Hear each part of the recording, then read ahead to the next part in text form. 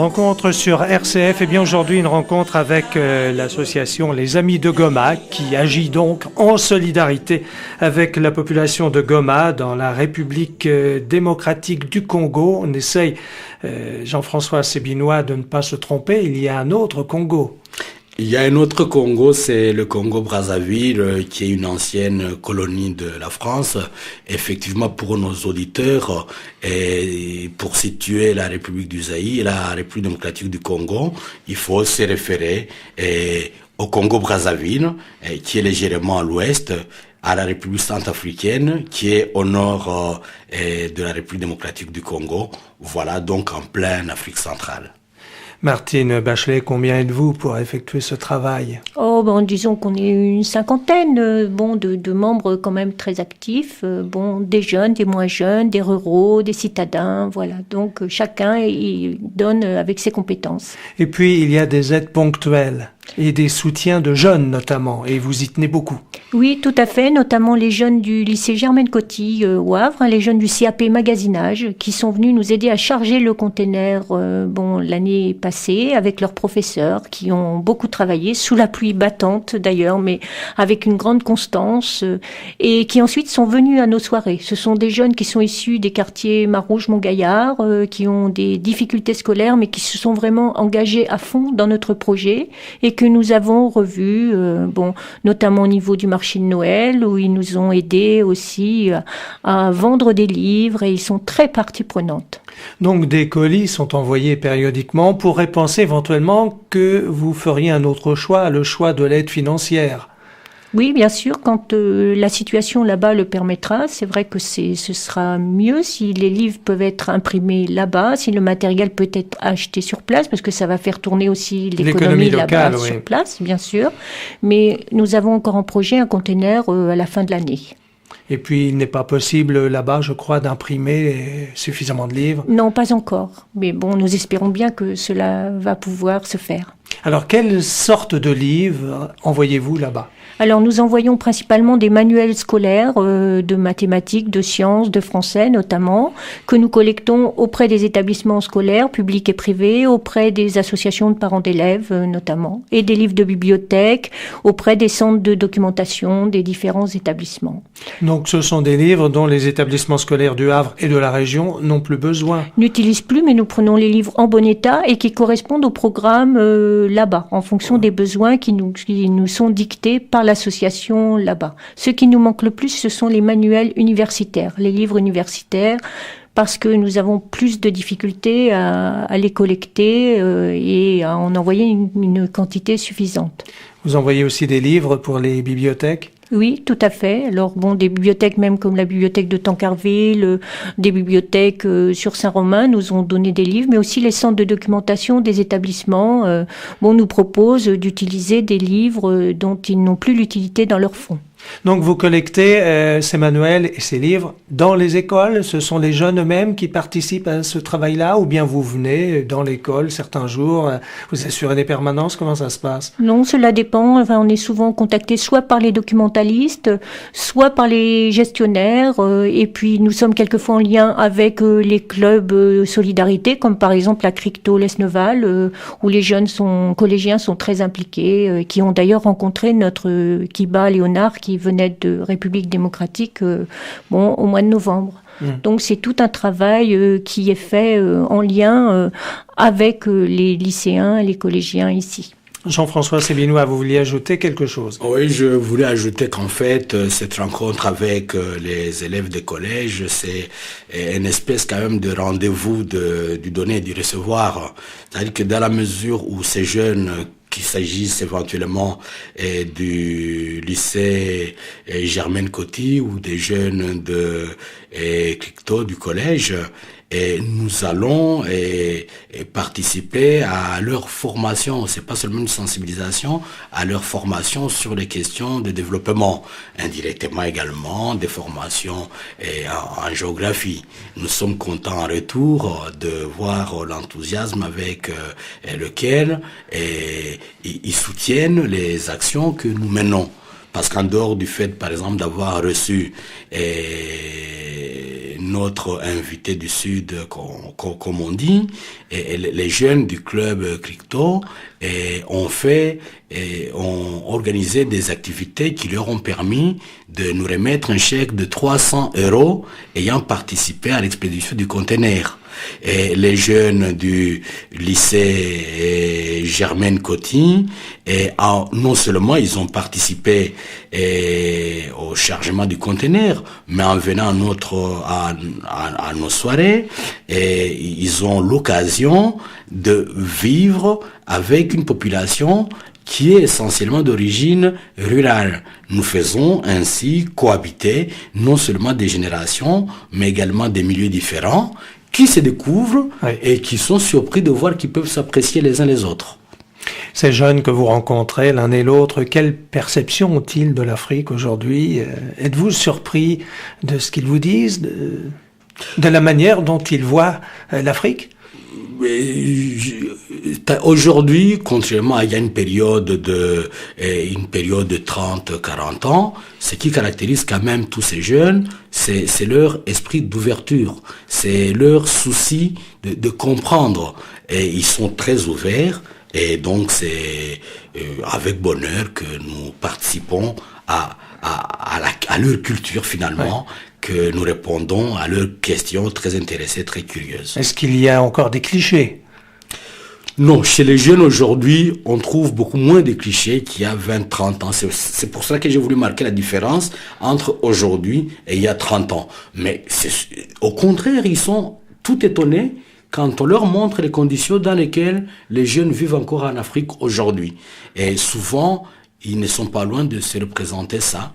Et non, le cliché, il n'y en a pas tellement, en tout cas pas comme il y a 20 ans. Les choses évoluent. Les choses évoluent.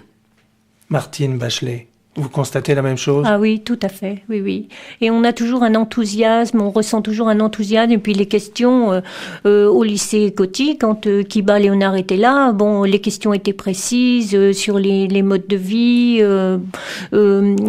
Kiba a tout de suite lié un contact très, très, très intéressant. Les jeunes étaient très à l'aise, pour essayer de comprendre comment vivaient des jeunes de leur âge là-bas. Et la géographie, leurs notions de géographie sont-elles bonnes? Et les jeunes... On dit que les Français sont mauvais en géographie. Oui, mais les jeunes en tout cas, ça dépend des établissements, mais dans un certain nombre de cas, les jeunes ont une perception quand même plus proche de la réalité que les générations anciennes. Et bon, ça peut-être s'expliquer également par la présence finalement de nombreuses communautés d'origines étrangères qui vivent finalement au contact de ces jeunes ici en France, ici au Havre. Rencontre Wilfried Joly.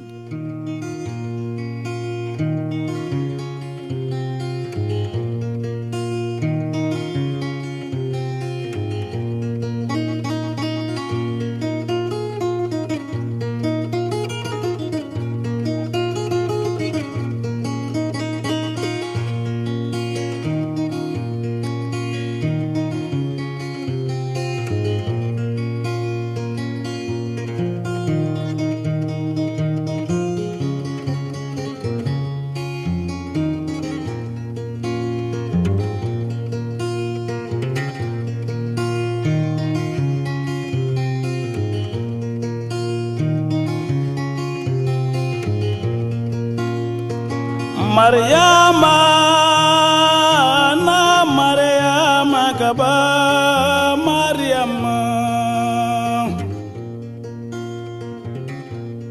Rencontre sur RCF, aujourd'hui une découverte des activités de l'association Les Amis de Goma, une association, rappelons-le, qui a son siège à La Serlangue, non loin de Saint-Romain-de-Colbosc.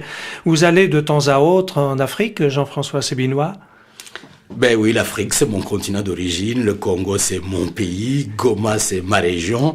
Et donc, depuis que il y a une certaine accalmie, que ma sécurité n'est plus mise en cause, et j'y vais à peu près tous les 2 ans. Et la dernière fois, c'était il y a 1 an, et pour notamment réceptionner le dernier conteneur que nous avons envoyé et démarrer des travaux de réhabilitation d'un établissement d'enseignement secondaire. Oui, car il y a également cette activité, la réfection des bâtiments. Et là, vous êtes aidé par les institutions publiques. Oui, alors nous avons fait des demandes de subventions au Conseil régional, au Conseil général, auprès du ministère des Affaires étrangères et d'autres organismes, ainsi que des organismes privés. Par exemple, le Rotary Club nous a aussi donné un coup de main. Donc, ça nous permet de réhabiliter avec la population et l'association là-bas, un établissement à Jomba qui est l'établissement où Jean-François a fait ses études quand il était jeune. Un bâtiment qui avait bien besoin d'être réhabilité ? Qui avait absolument besoin d'être réhabilité parce que c'est un établissement qui a été construit dans les années 50, qui a été agrandi à plusieurs reprises jusque dans les années 70, mais qui ensuite a été laissé à l'abandon depuis que la guerre a commencé là-bas, donc exactement en 93, et qui a hébergé pendant de nombreuses années des populations déplacées et des réfugiés, et en termes de milliers, et qui naturellement ont involontairement laissé énormément de dégâts dans ces bâtiments. Tout bâtiment abandonné, même sans suroccupation, s'abîme, et c'était le cas de cette école, et qui maintenant, grâce à ces collectivités territoriales et à d'autres donateurs, vient de retrouver un nouveau visage. Alors pour toutes ces activités... Alors et bien sûr, nous organisons régulièrement, par exemple, un repas solidaire. Donc le prochain sera le 8 mars. Si vous souhaitez manger de la cuisine africaine, cette année le thème ce sera les Comores. Ensuite, oui, car ce n'est pas forcément la cuisine congolaise. C'est-à-dire que c'est pas forcément la cuisine congolaise. Il faut varier un peu. Et non seulement il faut varier, quoique le fond de la cuisine africaine généralement reste presque le même, on s'y retrouve au niveau des saveurs, mais c'est souvent également fonction de la disponibilité de nos bénévoles cuisiniers. Et cette année, nous aurons la chance d'être servis par un jeune qui s'appelle Chan. Et Chan, si tu m'écoutes, merci. Et c'est lui qui va nous concocter un plat comorien pour le 8 mars. Donc un repas ouvert à tous, hein ? Oui, bien sûr. Généralement, on est environ 120 personnes dans la salle municipale de la Serre-Langue, là que la municipalité nous propose gratuitement et qui nous permet de financer nos opérations. Et pour participer à ce repas, des auditeurs qui voudraient s'inscrire, quelle est la marche à suivre ? Eh bien, donc, il faut s'adresser à l'association. On peut donner nos 2 numéros de téléphone. Alors, le mien, c'est le 02 35 48 54 85. Et Jean-François va vous donner aussi son numéro pour la Serre-Langue. On peut réserver en m'appelant au 06 62 26 41 25. Et vous ne serez pas déçus. Et ensuite, il y a d'autres rendez-vous. Oui, alors il y a le théâtre de nos amis du Semi-Lunaire qui nous propose donc de nous jouer le spectacle du fil à la patte de Georges Feydeau. Donc ça se fera le 25 avril à la salle polyvalente de Saint-Romain qui s'appelle le Sirocco, donc à 20h30. Et là, nous espérons faire salle comble, c'est-à-dire 350 personnes.